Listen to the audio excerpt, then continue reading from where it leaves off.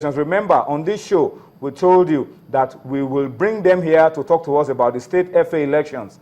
And thankfully, Demola Lajire will also be here, so get ready to fire your questions at him. Like Stephen Keshi, like the new contract, like Super Falcons. Super Falcons. Just fire your questions at him. Put him on the hot seat.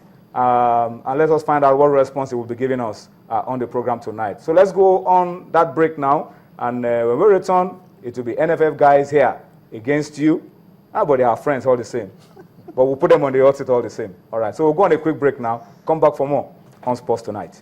Well, Super Mario has a way of producing these things. It's called a winner, and he refuses to acknowledge even greetings from people. I mean, it's a kind of way of saying, look, you guys didn't believe in me in the first place, so let me just keep my joy inside and celebrate alone. Super Mario, what a player. All right, time for us to move away from the EPL. We'll update you with the results as we go on later on. But let me just quickly tell you that we've made a change, and we've brought in two very high-ranking officials from the Nigerian Football Federation. One, an executive committee member, and the other one, of course, the director of media. But let me just start by introducing to you from my immediate right, the chairman of chairmen. Is an executive committee member of the Nigerian Football Federation, Ibrahim Guzo.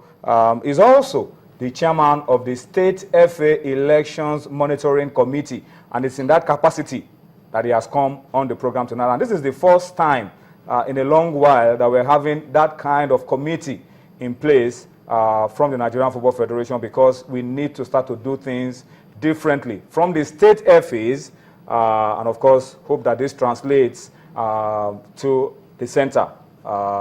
That's Nigerian Football Federation itself. And of course, Alhaji Guzo, let me welcome you to Sports Tonight. Thank you very much, Tony. It's the election that brought you to the show. Thank you very much. But it's good to have you all the same. Yes, Alhaji is not new to Sports Tonight. It comes around anytime there's fire to douse, but there's no fire to douse today.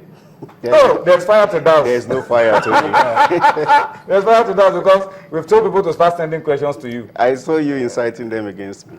No. Not inciting them. They are their friends. We're up to the task. You are up to the task. Yes. All right. So please keep your questions coming. Yeah. I think I should be the first one to fire serve you the first question on the program tonight. Let me read a few comments on Twitter. Salahuddin Olatuji says, good job, guys. Keep it up. We will need to develop our league. George Aniye says, I'm watching you guys from London. Great work. Bidini is watching us from Italy. He says, I wish Yase and his boys victory. And it's good news for Keshi's reappointment, okay? So I think I'll pause on that. Let's start with that. I read today that the NFF Technical Committee have made a recommendation. One of the recommendations is Keshi's contract to be renewed. Yeah, you're correct. We've been on it a long time, you know. But people were very impatient. But the thing is, if you're going to do a marriage, you know, there has to be terms and conditions. And the new board has talked about doing things scientifically, doing things, you know, in a different way, in a positive way, you know, to be able to get, you know, the optimum results. And that is what has been done. A process was initiated, and a lot of people were carried along. The legal people were also carried along. And, you know, messages were exchanged between the prospective employee and the employer. And, you know, they came to terms. So I think the new contract will be presented to Mr. Keshi very shortly, in a matter of hours, and they will know where we are going. Everything is ready on the part of the Nigerian Football Federation. So that means in the next few days, Keshi will be back on his job. And there have been worries about March friendlies, the games in March, friendly games in March. Yeah, we had games soon up. You know, as you know, we were to play Brazil. You know, they gave one reason or the other, and we have two other countries. You know, but now the presidential elections are going to be on the 28th of March. You know, which means that we have to bring us a few days back. So we're going to have a match on the 25th of March. Okay. I'm not going to say which country yet. But home or abroad? It's out at home. Okay. So we're working on another for the 31st, you know, so that we'll keep the team busy. And, you know, the Africa Cup of Nations 2017 qualifiers will start in June, and we're looking at the World Cup draw is also coming. So we have to have a team in place. The homeboys have been, doing a bit, but we'll have to get the entire mix together so that we'll get the best result when the qualifiers start. Okay, let me come to you, Ibrahim Guzo, and talk about state FA elections. You are also the chairman of chairmen. You control the. Why are you?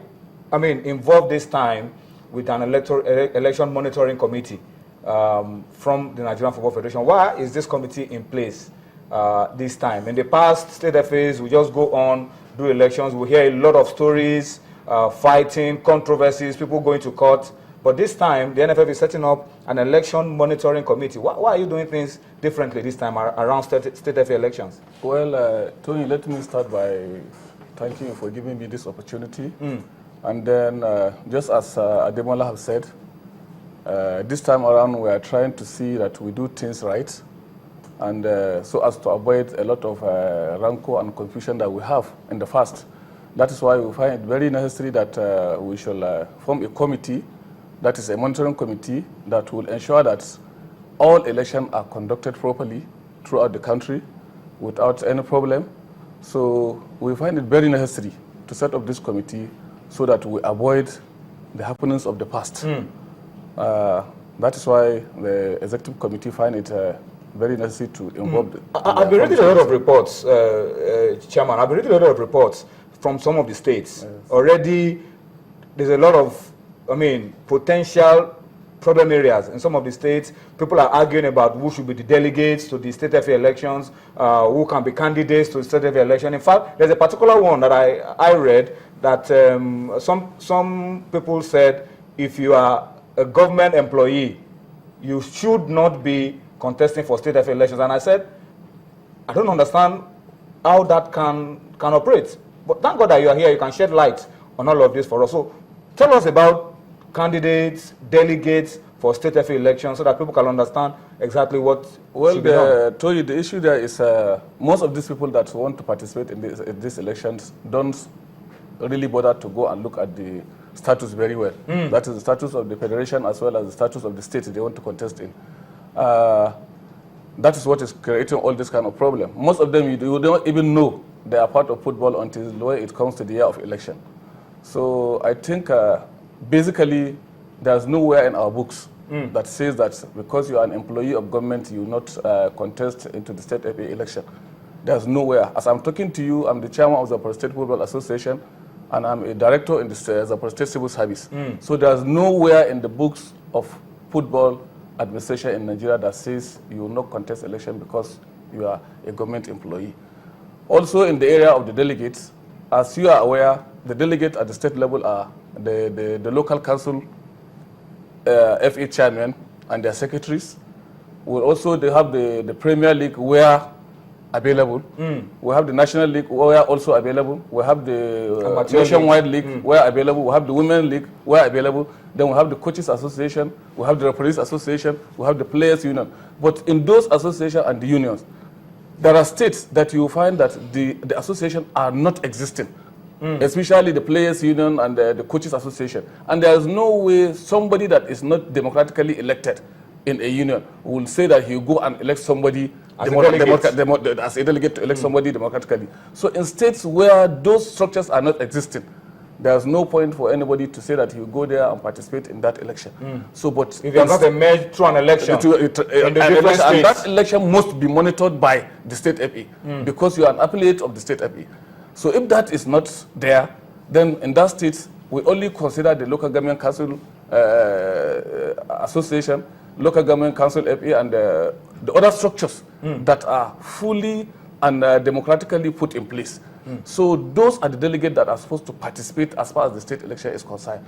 But once you are not democratically elected in those bodies, you don't have business to say that you are going to be a delegate in that election. So that is it. So most of the people don't even go and read the books of football in Nigeria. They will just try to start to create problem when it comes to the issue of election. And that is why we find it very necessary to set up this committee. And I want to make it very clear we are not going to accept that. And we are going to make sure that things are done properly. And then and according to the laws. I was going to also ask you, interference is massive, very, very massive at the state FA election, during state FA elections. Commissioners of sports in some states want to hijack the FA. It's very rampant. I've covered a lot of elections, and I see how these things play out sometimes.